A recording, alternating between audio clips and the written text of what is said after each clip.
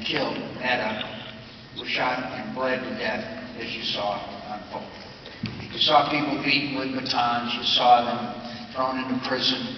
And you know what they were trying to achieve? The same thing that's the state of Israel and the state of the United States of America, and guess what now? Iraq.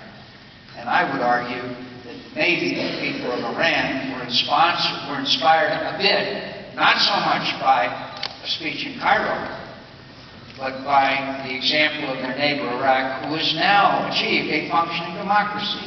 Now it's flawed and there's problems. There's problems with our democracy, my friends. There's problems with Israeli democracy in Israel. But we have a functioning democracy where people have a voice. In Iran, obviously they were deprived of that. And my friends, we have always been on the right side of history since the 4th of July, 1776, when our founding fathers declared that all of us have certain inalienable rights. We meant all of us. It didn't mean just people that live in the Western Hemisphere. It didn't mean just certain individuals of certain ethnicity. All people have certain inalienable rights. And many of us stood up and condemned what was being done to the people of Iran as they protested, as was their right, a flawed and unfair election. I wasn't taking anybody's side. We weren't for sending arms. We weren't for fomenting people being killed or executed anymore.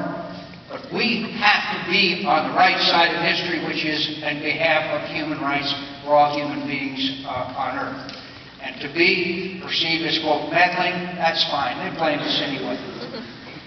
They blame us anyway. And here's a country hell-bent on developing nuclear weapons, and that progress is inexorable, and that whose leader, who was just re-elected in what appears to be a corrupt election, has stated time after time that he's going to his nation is going to, quote, wipe Israel off the map.